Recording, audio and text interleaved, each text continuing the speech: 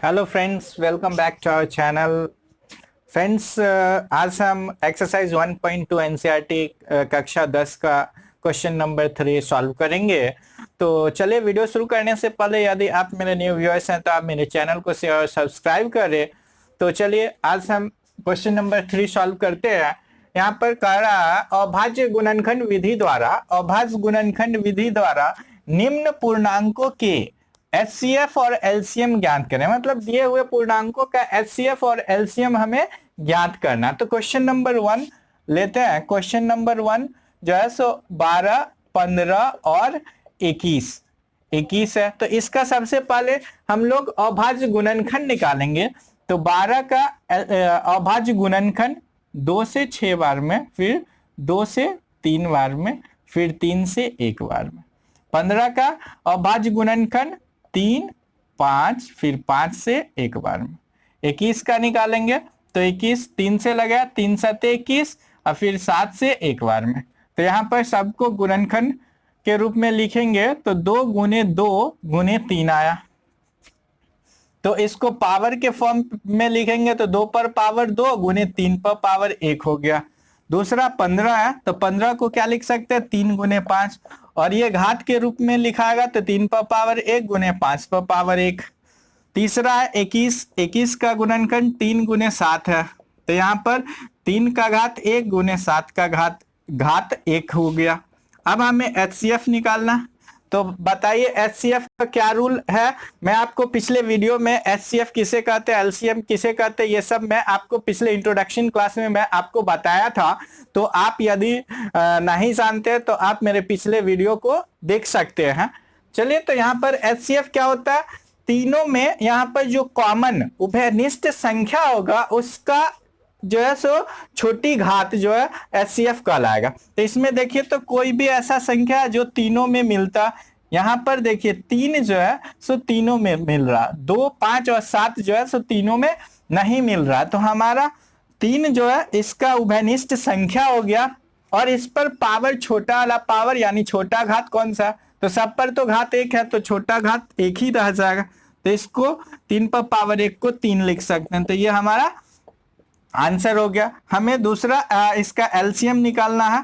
तो एलसीएम बराबर क्या करेंगे, सभी प्रत्येक संख्या का सबसे बड़ी घात का गुणनफल जो होता है वही एलसीएम कहलाता है। तो यहाँ पर संख्या क्या सब है, 2 है, फिर 3 है, फिर यहाँ 5 है और फिर 7 है। तो सब संख्या जो है एक बार लेते हैं। अब सबका बड़ा वाला पावर लिख देते हैं। बड़ा सबसे बड़ी घात जो है सो लिखते हैं। तो 2 पर बड़ी घात 2 है, 3 पर बड़ी घात 1 है, 5 पर बड़ी घात 1 और 7 का घात 1।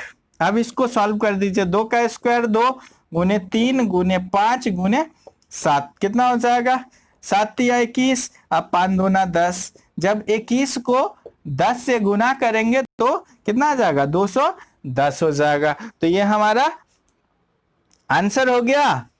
ठीक है, नहीं है, ये 2 का स्क्वायर कितना होता है, 4 होता है, इसीलिए ये यहाँ पर कितना हो जाएगा, 20 से गुना होगा तो 420 ये हमारा आंसर हो गया। दूसरा क्वेश्चन चलिए बनाते हैं। नेक्स्ट क्वेश्चन, ये इसका हम लोग गुणनखंड निकाल देंगे। 2 से, ये 2 से तो नहीं लगेगा, 17 से लगेगा, एक बार में लग गया। फिर 23 का गुणनखंड निकालेंगे तो ये भी 23 से ही लगेगा एक बार में। और 29 का निकालेंगे तो ये भी अभाज्य संख्या, तो 29 से ही लगेगा एक बार में। तो यहाँ 17 को हम क्या लिख सकते हैं, 17 पर पावर 1। 29 को क्या लिख सकते हैं, 29 पर पावर 1। और 23 को क्या लिख सकते हैं, 23 पर पावर 1। तो इसका एचसीएफ क्या होगा, इसमें तीनों में से कोई उभयनिष्ठ संख्या है, तीनों में कोई उभयनिष्ठ संख्या नहीं है, तो ये इसका एचसीएफ 1 आ जाएगा। और एलसीएम क्या आएगा, एलसीएम यहाँ पर सब संख्या लेते हैं, 23 और 29, इस सब का बड़ा वाला घात ले लेते हैं। तो सब पर तो पावर 1 है तो 1 ही रह जाएगा। तो इसको क्या लिखेंगे, 17 गुने 23 गुने 29। इस तीनों संख्या को गुना कीजिए। इस तीनों संख्या को हम गुना करेंगे तो क्या आएगा, इस तीनों संख्या को हम गुना करेंगे तो 1139 आएगा। 1139 हमारा गुणनफल आएगा। आप गुना करके देख सकते हैं। नेक्स्ट क्वेश्चन हम आते हैं क्वेश्चन नंबर 3 में 8, 9 और 25 का एचसीएफ निकालना और एलसीएम निकालना। तो 8 का अभाज्य गुणनखंड निकालिए, तो 2 से 4 बार में, फिर 2 से 2 बार में, फिर 2 से 1 बार में। 9 का गुणनखंड निकालिए, 9 से 3 से 3 बार में, फिर 3 से 1 बार में। फिर 25 का गुणनखंड निकालेंगे तो यहाँ पर 5 से 5 बार में और फिर 5 से 1 बार में। तो 8 का गुणनखंड क्या हो गया, 2 गुने 2 गुने 2, तो इसको 2 पर पावर 3 लिख सकते हैं। और 9 का गुणनखंड क्या हो गया, 3 गुने 3, तो इसको 3 पर पावर 2 लिख सकते हैं। और 25 का गुणनखंड 5 गुने 5, तो इसको क्या लिख सकते हैं, 5 का स्क्वायर। अब हमको एचसीएफ निकालना है, तो तीनों में जो उभयनिष्ठ संख्या है उसका छोटी घात जो है वो उसका आंसर हो गया। तो इसमें देखिए 2, 3 और 5 तीनों में कोई संख्या आपस में नहीं मिल रहा है, यानी एचसीएफ हमारा क्या आ जाएगा, 1 आ जाएगा। आगे क्वेश्चन इसका एलसीएम निकालना है, तो एलसीएम क्या हो जाएगा, एलसीएम बराबर सब संख्या लेते हैं, तो 2, 3 और 5 ले लिए। अब तीनों में तीनों संख्या का सबसे बड़ी घात लेते हैं, तो यहाँ सब में एक बार ही आया है, तो सबका घात जो है सो ही लिखा जाए, 2 पर पावर 3, यहाँ 3 का स्क्वायर, यहाँ 5 का स्क्वायर। कितना आ जाए, 2 पर पावर 3, 2 का क्यूब कितना हो जाएगा, 8 गुने 3 का स्क्वायर 9 गुने 5 का स्क्वायर 25। अब इसको गुना कर दीजिए, तो 25 8 200, 200 को 9 से गुना कर देंगे तो 1800। तो हमारा एलसीएम इसका आ गया 1800। तो इस तरह हम लोग किसी भी संख्या का एलसीएम और एचसीएफ निकाल सकते हैं अभाज्य गुणनखंड विधि द्वारा। चलिए अब नेक्स्ट क्वेश्चन 4 नंबर पे हम लोग आते हैं। तो क्वेश्चन नंबर 4 हमें कह रहा है, दो संख्या का हमें एचसीएफ दिया हुआ है, दो संख्या 306 और 657 का एचसीएफ दिया हुआ 9 है, और हमें पूछ रहा है एलसीएम इसका क्या होगा।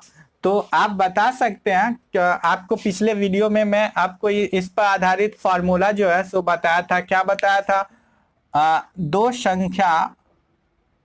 संख्याओं का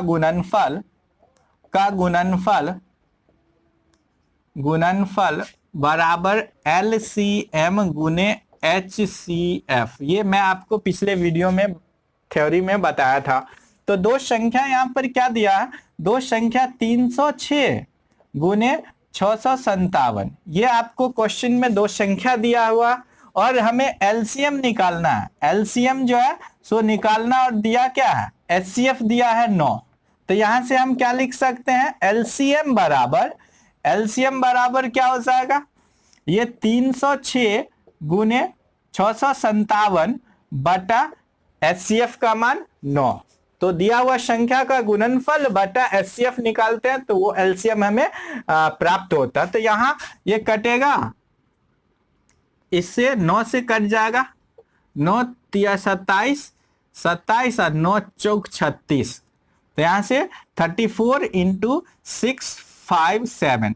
आप इसको गुना कीजिए, 657 को 34 से गुना करेंगे कितना आएगा, 657 को 34 से गुना करेंगे तो कितना आएगा बताइए, तो 22,338, 22,338 आएगा। आप इसको गुना करके देखिए ये इतना आंसर आता है कि नहीं, 22,338 अवश्य आएगा। 22,338 जब हम इसको 657 को 34 से गुना करेंगे। तो चलिए नेक्स्ट क्वेश्चन पे हम लोग आते हैं, क्वेश्चन नंबर 5 पे। तो चलिए क्वेश्चन नंबर 5 आपके सामने है। जांच कीजिए कि क्या किसी प्राकृत संख्या n के लिए संख्या 6 पर पावर n अंक 0 पर समाप्त हो सकती है। मतलब कोई प्राकृत संख्या जो है n के लिए 6 पर पावर n जो है, इसको जब सॉल्व करेंगे तो इसका अंतिम संख्या जो है 0 पर आएगा, मतलब अंतिम अंक जो है सो 0 होगा, यानी 0 पर समाप्त होगा, अर्थात इकाई का अंक 0 होगा। तो आप बता सकते हैं किसी भी संख्या के इकाई के स्थान पे 0 जो हो रहता है, आप कोई भी संख्या लीजिए, इकाई के स्थान पर जो 0 रहता है उसके गुणनखंड में क्या आता है। तो आप एग्जाम्पल में देख सकते हैं, 10 को क्या लिखते हैं, 2 गुने 5। यहाँ पर 100 को क्या लिखते हैं, 2 गुने 2 गुने 5 गुने 5। पचे 25 दूना 50 दूना 100, 150 को क्या लिखेंगे 3 गुने 2 गुने 5 गुने 5, पचे 25 दूना 50 दिया 150, 20 को क्या लिखेंगे 2 गुने 5, और 50 को क्या लिखेंगे 2 गुने 5 गुने 5। तो आप यहां देख रहे हैं विभिन्न संख्या का हम गुणनखंड निकाले हैं, तो यहां पर देखिए हर एक संख्या में 2 और 5 रहना ही चाहिए, तभी उसके इकाई के स्थान पर 0 आएगा। अगर आप इकाई के स्थान पर 0 तभी आएगा जब उसके गुणनखंड में 2 और 1 5, मतलब 1 2 और 1 5 कम से कम होना चाहिए, दोनों अंक होना चाहिए, नहीं तो उसके इकाई के स्थान पर 0 नहीं आएगा। अगर कोई दूसरा संख्या लेते हैं, जैसे कि आप ले लीजिए 12, तो इसका गुणनखंड निकालिएगा तो 3 गुने 2 आएगा, या आप 15 लीजिएगा तो 3 गुने 5 आएगा। तो सिर्फ 1 5 या 1 2 आने से इकाई का अंक जो है सो 0 नहीं हो सकता। तो चलिए हम अपने क्वेश्चन पे आते हैं। यहाँ पर क्वेश्चन में 6 पर पावर n दिया, तो इसका गुणनखंड निकालेंगे। 6 का गुणनखंड जब निकालते हैं तो क्या आता है 2 से 3 बार में, 3 से 1 बार में। यहाँ पर हम इसको लिख सकते हैं 2 गुने 3 पर पावर n, तो यहाँ पर 2 पर पावर n गुने 3 पर पावर n। अब देखिए यहाँ पर इसके गुणनखंड में सिर्फ 2 आ रहा है, 5 नहीं आ रहा है, जबकि इकाई का अंक 0 समाप्त होने के लिए, इकाई 0 पर समाप्त होने के लिए हमें 2 और 5 दोनों रहना चाहिए, तभी उस इकाई का अंक जो है सो 0 पर समाप्त होगा। तो अतः हम यहां क्या लिख सकते हैं, चूंकि 6 पर पावर n के अभाज्य गुणनखंड में केवल 2 है, 5 नहीं, जबकि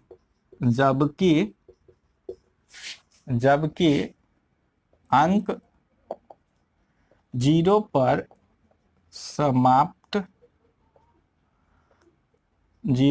समाप्त होने के लिए गुणनखंड में 2 और 5 दोनों होने चाहिए। अतः 6 पर पावर n अंक 0 पर समाप्त नहीं हो सकता है।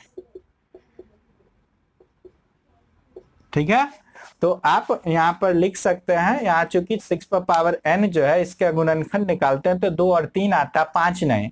जब 5 नहीं आता है तो हम इसका गुणनखंड जब गुणनफल करेंगे तो इसके इकाई के स्थान पर जो वैल्यू आएगा वह 0 नहीं हो सकता। अतः ये 6 पर पावर n अंक जो है यह 0 पर समाप्त नहीं हो सकता। तो आप ये क्वेश्चन को समझ गए होंगे। तो चलिए नेक्स्ट क्वेश्चन पे हम लोग आते हैं, क्वेश्चन नंबर 6 पर। तो चलिए क्वेश्चन नंबर 6 आपके स्क्रीन पे है। क्वेश्चन नंबर 6 क्या कह रहा है, व्याख्या कीजिए कि 7 गुने 11 गुने 13 प्लस 13 और 7 गुने 6 गुने 5 गुने 4 गुने 3 गुने 1 2 गुने 1 प्लस 5 भाज्य संख्याएं क्यों है। मतलब ये जो क्वेश्चन दिया हुआ है ये दोनों भाज्य संख्या क्यों है यह हमें बताना। तो दोनों वैल्यू लेते हैं, ये जो n संख्या है 7 गुने 11 गुने 13 प्लस 13, इसको थोड़ा सॉल्व करते हैं। ठीक है, इसको सॉल्व करेंगे तो यहां से देखिए 13 कॉमन ले लेते हैं, तो 13 कॉमन ले लिए तो यहां बच गया 7 गुने 11 प्लस 1। तो इसको क्या लिख सकते हैं 13 11 सते 77 प्लस 1, तो यहाँ पर 13 गुने 78। दूसरा संख्या लेते हैं हम लोग, यहाँ पर दूसरा संख्या जो है क्या है 7 गुने 6 गुने 5 गुने 4 गुने 3 गुने 2 गुने 1 प्लस 5। तो इसको सॉल्व करते हैं हम लोग। तो यहाँ पर देखिए दोनों में 5 है, 5 कॉमन ले लीजिए यहाँ पर, तो यहाँ क्या बच गया 7 गुने 6 गुने 4 गुने 3 गुने 2 गुने 1 उसके बाद प्लस में 1। इसको जब सॉल्व करेंगे तो क्या आएगा, यहां पर गुना कीजिए, 2 इकाई 2, 2 तिया 6, 6 6 चौक 24, 24 24 और 7 छक 42, मतलब 7 छक 42 को 24 से गुना कर दीजिए तो कितना आता है, 4 दूना 8, 4 चौका 16 और फिर 2 दूना 4 और 4 दूना 8। तो यहाँ पर 8 6 4 10 के 0, 8 1 9 और 1 10, 10 8 आया प्लस 1 जोड़ दीजिए तो यहाँ पर क्या आएगा, 5 गुने 1009। तो देखिए यहाँ पर 5 गुने 1009 आया, यहाँ 13 गुने 78 आया। तो आपको पता होगा भाज्य और अभाज्य संख्या का डिफिनीशन आपको पता होगा। अभाज्य संख्या वैसे संख्या को कहते हैं जो सिर्फ एक और खुद से लगे, मतलब एक और स्वयं से लगने वाली संख्या को विभाजित हो, उस संख्या को अभाज्य संख्या कहते हैं। और यदि किसी संख्या को एक और स्वयं के अलावे अन्य संख्या से भी भाग दिया जा सकता है तो उसे भाज्य संख्या कह सकते हैं। तो यहाँ पर आप ये संख्या और इस संख्या को देखिए, यहाँ पर जो संख्या प्राप्त होगा वह एक और खुद के अलावा 13 और 78 से भी भाग लगेगा। यहाँ पर जो संख्या प्राप्त होगा वह एक और खुद के अलावा 5 और 1009 से भी भाग लगेगा। तो इस तरह हम कह सकते हैं दोनों संख्या जो प्राप्त होगा वह भाज्य संख्या। तो यहां पर क्या लिख सकते हैं, लिखेंगे चूंकि दोनों संख्याएं एक और स्वयं के अलावा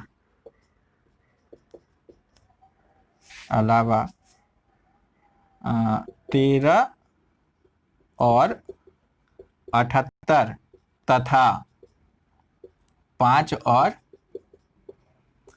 1009 से भी विभाजित होता है, इसलिए